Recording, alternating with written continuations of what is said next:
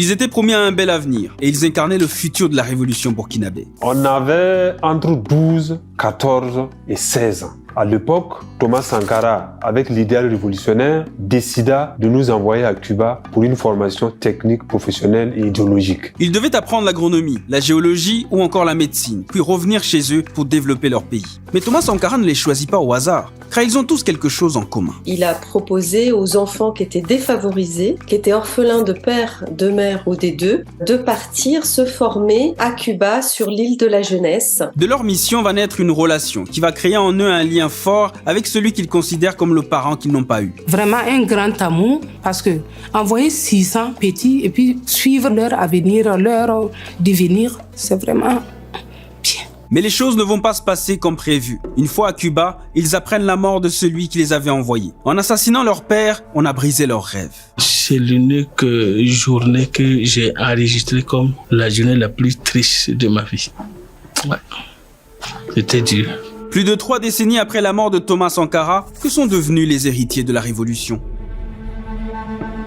Il a fallu à la réalisatrice Géraldine Berger 3 ans pour les retrouver. Ils n'avaient jamais témoigné, ils étaient restés dans l'ombre. C'était absolument terrible. Elle réalise alors un film qu'elle intitule Les orphelins de Sankara, dans lequel elle raconte leur histoire. Une histoire qui remonte à 1986. Thomas Sankara est arrivé au pouvoir en 83. Il a visité Cuba et donc on lui a proposé ces bourses internationales. 600 enfants du primaire issus des campagnes du Burkina Faso sont choisis. Stanislas Damiba en faisait partie. On était issus des familles défavorisées, orphelins de surcroît. Thomas Sankara était un père et demeurait un père comme nous l'appelons aujourd'hui, notre père spirituel. Leur mission était claire, aller apprendre un métier et revenir consolider la révolution. Il faut dire qu'à ce moment, il y a une émulation extraordinaire dans tout le pays et jusque dans les campagnes, du monde des adultes et des enfants aussi. En les choisissant jeunes et en les envoyant à Cuba, Thomas Sankara ne veut pas seulement former des techniciens. Il veut surtout pérenniser la révolution et assurer la relève. Et ça, Mariam le savait bien, et les autres enfants aussi. Sankara est considéré comme un révolutionnaire. On est parti sous son nom, donc on se considère révolutionnaire. Pour que ces héritiers aient autant à cœur leur mission, c'est parce que le capitaine avait noué avec eux un lien qui les a marqués à vie. Thomas Sankara arrive à Cuba et il serre la main de tout un chacun. Les 475 garçons et les 135 filles, et il disait ceci: formez-vous bien pour venir développer votre pays. Il nous a dit non, il compte trop sur nous pour l'épauler, pour que cette révolution-là puisse tenir et pour que son idéal puisse quand même perdurer. Moi, c'est ça qui m'a intéressée, c'est comment 600 enfants peuvent décider de partir à 8000 km de chez eux sans connaître véritablement ce que c'est que même Cuba, ce que c'est qu'une île. Un saut vers l'inconnu, loin des proches, loin du pays, loin de tout. Emilienne Kyogo n'a rien oublié de ses premiers jours où elle a pris un avion et un bateau. Tout le monde était dépaysé et les pleurs ont commencé.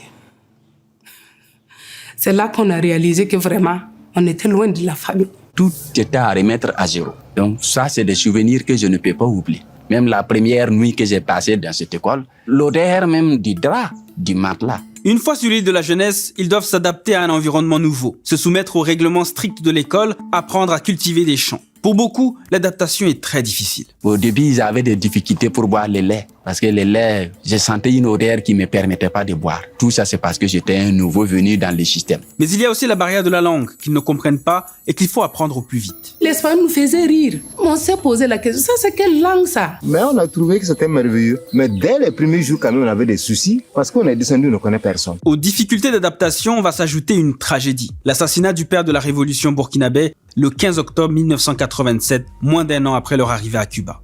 On l'assassine. C'est difficile. Du coup, nos promesses, c'est tombé dans l'eau. On ne voulait pas nous dire d'une manière officielle qu'il est mort suite à ce coup d'État. Ouais. C'était dur. C'était dur et puis on était impuissants. Impuissants parce que d'abord on était loin.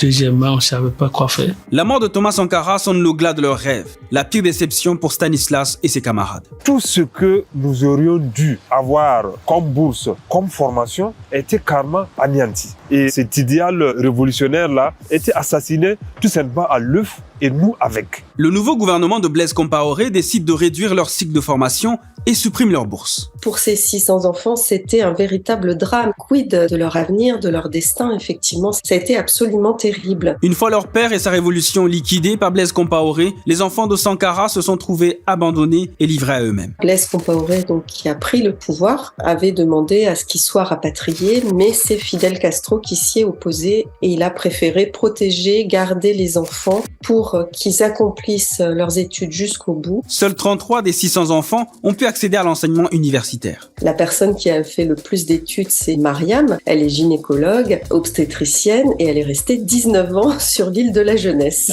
Doublement orphelins, se sentant complètement trahis, ils finiront par rentrer au Burkina Faso en vagues séparées, totalement perdus. Ils n'ont pas trouvé le travail qui leur était promis. Tout était prévu, en fait, des logements, des métiers pour des industries naissantes.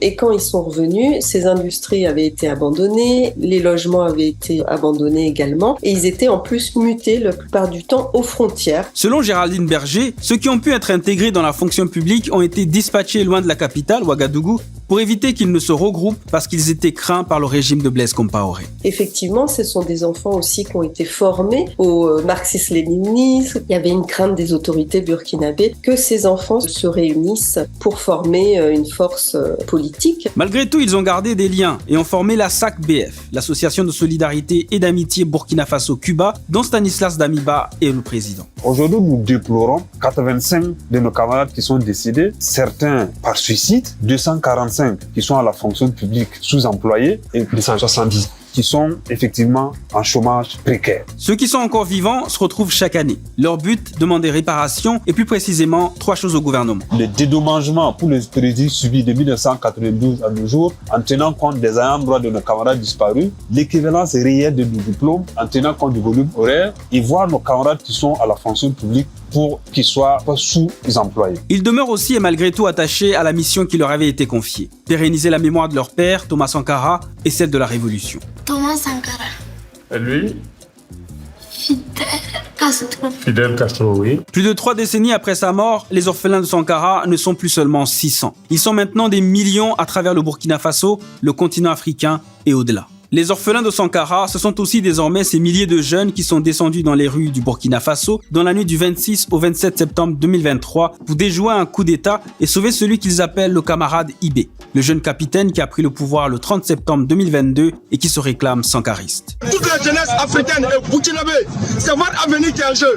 Barrez toutes les voies. Cette nuit-là, ne dormez pas. C'est cette chef d'entreprise, coordinatrice du mouvement M30 Naba Wokbo, qui se dit héritière de Sankara. Aujourd'hui, nous n'acceptons plus d'être dictés par la France. Ou encore cette militante de la Fédération des mouvements panafricains du Burkina Faso qui dit vouloir parachever le processus de libération entamé par Thomas Sankara. La lutte que nous on a engagée, on n'a pas besoin de l'armée française qui était là inutilement dans notre pays, donc leur départ égale à leur absence. En assassinant son meilleur ami, Blaise Compaoré croyait n'avoir fait que 600 orphelins, qu'il a tenté de garder très loin de lui. Le 31 octobre 2014, remarque l'auteur Mathieu Lopez, il fut chassé par des milliers d'orphelins qui criaient dans les rues la phrase qu'aimait scander leur père de la Révolution. Patria o muerte, venceremos.